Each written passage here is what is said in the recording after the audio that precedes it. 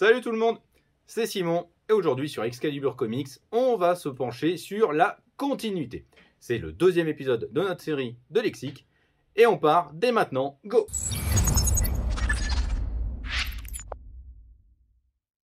La continuité, c'est un terme que vous avez sûrement déjà rencontré si vous vous intéressez un minimum aux comics. Que vous ayez commencé ou non à en lire, forcément vous avez dû en entendre parler, continuité, mini-série, maxi-série, event, tout un tas de termes qui peuvent être un peu obscurs, mais que je vais vous expliquer dès maintenant. La continuité, qu'est-ce que c'est? Eh bien c'est tout simple, la continuité c'est l'histoire d'un univers. L'univers Marvel ou l'univers DC ont leur propre continuité, c'est-à-dire leur histoire propre qui dure depuis maintenant plusieurs années.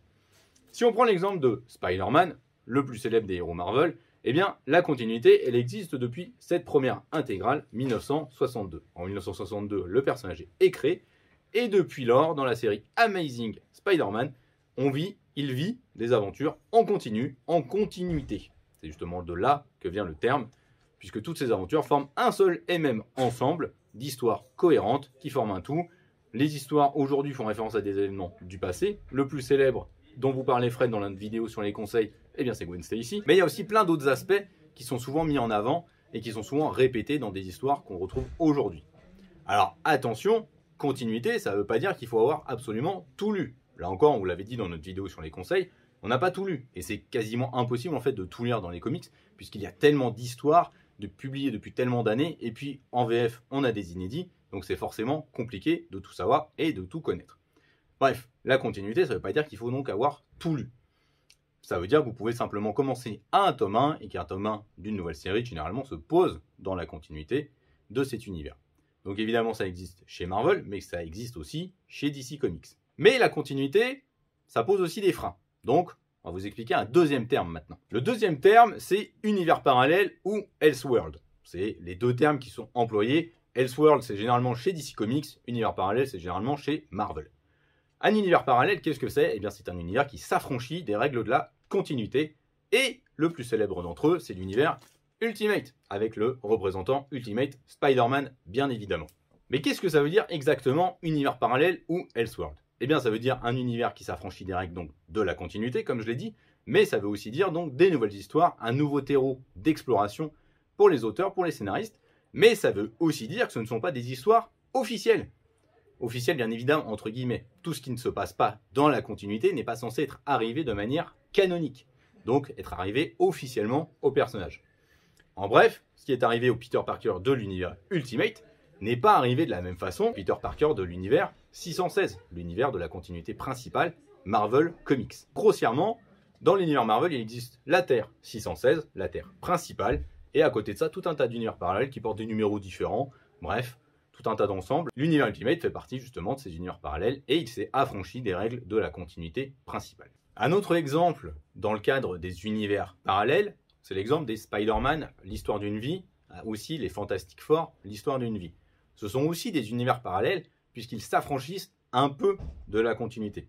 Mais on est un peu dans un registre particulier ici, puisque l'histoire d'une vie reprend les éléments classiques, j'ai envie de dire, de la vie de Spider-Man dans ce cas-là.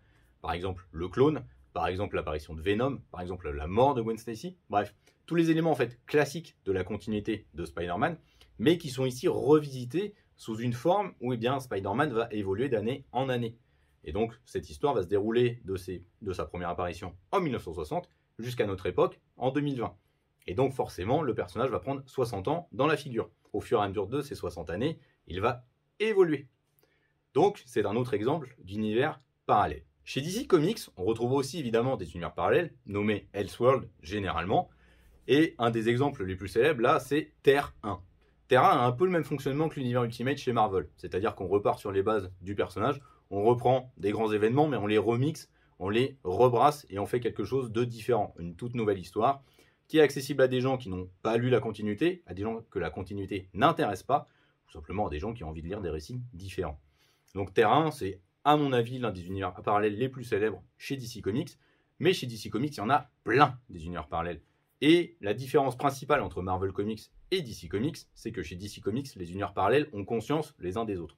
C'est ce qui forme le multivers, et c'est une des particularités de l'univers DC Comics, mais on en parlera dans un autre lexique. Il y a une petite particularité aussi dans les récits propre à la continuité, c'est qu'on a des récits qu'on appelle one-shot, des récits en un seul tome, comme par exemple ici Non-Stop Spider-Man, qui évoluent dans la continuité principale de Spider-Man, mais qui est tout à fait accessible à des gens qui n'ont aucune connaissance de cette continuité et qui peut parfaitement se lire sans aucun bagage sur la vie de Spider-Man. C'est des récits qui sont très faciles à lire et qui se placent généralement dans la continuité, mais où vous pouvez vous affranchir complètement de ce cadre de la continuité.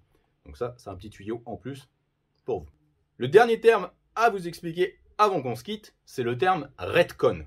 Retcon, qu'est-ce que ça signifie? Ça veut tout simplement dire continuité rétroactive. Qu'est-ce que ça veut dire concrètement? Eh bien, c'est tout simple. C'est lorsque dans une histoire, par exemple publiée en 2022, on donne un nouvel aperçu, un nouvel angle de vue sur un événement qui a eu lieu dans le passé du personnage et qui a été écrit dans le passé.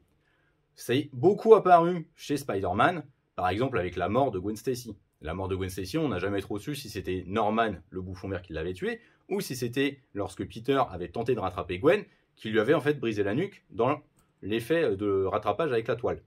Ça n'a jamais été forcément éclairci, mais des scénaristes parfois sont venus un peu jeter un éclaircissement dessus pour dire bah non, c'est plutôt Peter ou plutôt le bouffon vert. Ça n'a jamais été forcément réglé, mais ça fait partie de ce qu'on appelle une retcon. Un autre exemple de retcon, c'est le personnage de Jessica Jones. Jessica Jones, c'est un personnage qui a été créé par Brian Michael Bendis et Michael Gaydos dans les années 2000. Mais en fait, lorsqu'ils créent leur histoire, ils font comme si ce personnage existait depuis les années 1970-80, qu'elle avait côtoyé les Avengers, qu'elle avait même fait partie d'un groupe de super-héros sous le nom de Jewel. Donc c'est vraiment un cas de retcon assez connu, assez célèbre, et Brian Michael Bendis est un peu un spécialiste des retcons et aime bien souvent modifier des éléments scénaristiques du passé en leur apportant quelques petits ajouts par-ci par-là. Bref, j'espère que tout ce qui est lié à la continuité est maintenant beaucoup plus clair pour vous. Si vous avez des questions, des interrogations qui restent en suspens, n'hésitez surtout pas à nous les poser directement en commentaire. On se fera un plaisir de vous y répondre. En attendant, vous pouvez toujours nous suivre sur tous les réseaux sociaux possibles et imaginables. On est généralement présent sur Facebook, Twitter, Instagram, TikTok. Abonnez-vous à notre chaîne, soutenez-nous, partagez nos vidéos. On se dit à très bientôt sur excaliburcomics.fr. Ciao!